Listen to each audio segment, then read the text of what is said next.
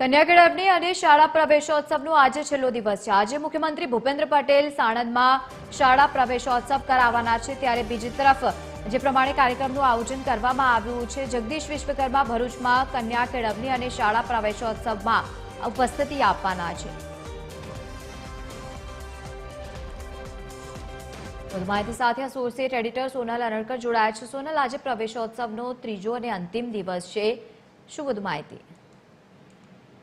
જી, આજે કન્યા કેળવણી અને શાળા પ્રવેશોત્સવનો છેલ્લો દિવસ છે, જે અંતર્ગત મુખ્યમંત્રી ભૂપેન્દ્ર પટેલ સાણંદ ખાતે, નાયબ મુખ્યમંત્રી વડોદરા ખાતે અને પ્રદેશ ભાજપ અધ્યક્ષ જગદીશ વિશ્વકર્મા ભરૂચ ખાતે કન્યા કેળવણી અને શાળા પ્રવેશોત્સવ કરાવવાના છે। મહત્વનું છે કે આ છેલ્લા 2 દિવસ દરમિયાન જે શાળા પ્રવેશોત્સવ કરવાયો તેમાં લગભગ 11.20 લાખથી વધુ વિદ્યાર્થીઓએ શાળામાં નામાંકન કરાવ્યું છે અને સરકારનો મુખ્ય ધ્યેય પણ એ જ છે કે વધુને વધુ બાળકો જે છે તે શાળાઓમાં ભણવા માટે પહોંચે, શાળાઓમાં દાખલ થાય અને શિક્ષણ મેળવે।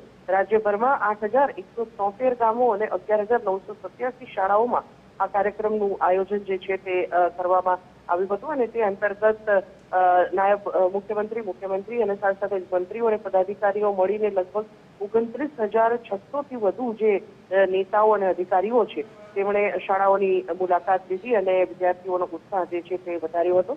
શાળાઓમાં મુખ્યમંત્રી, નાયબ મુખ્યમંત્રી સહિતના જે નેતાઓ પહોંચી રહ્યા છે તેઓ બાળકોને શૈક્ષણિક કીટ આપી રહ્યા છે અને તેના આધારે બાળકોને શાળા પ્રવેશોત્સવ કરવા માટે અને ખાસ કરીને આગળ ભણતર મેળવવા માટે તેને પ્રોત્સાહિત કરી રહ્યા છે। વર્ષ 2003થી જ્યારે નરેન્દ્ર મોદી તત્કાલીન મુખ્યમંત્રી હતા એ વખતે આ શાળા પ્રવેશોત્સવનો પ્રારંભ કરવામાં આવ્યો હતો, જેનું આજે 24મું વર્ષ છે।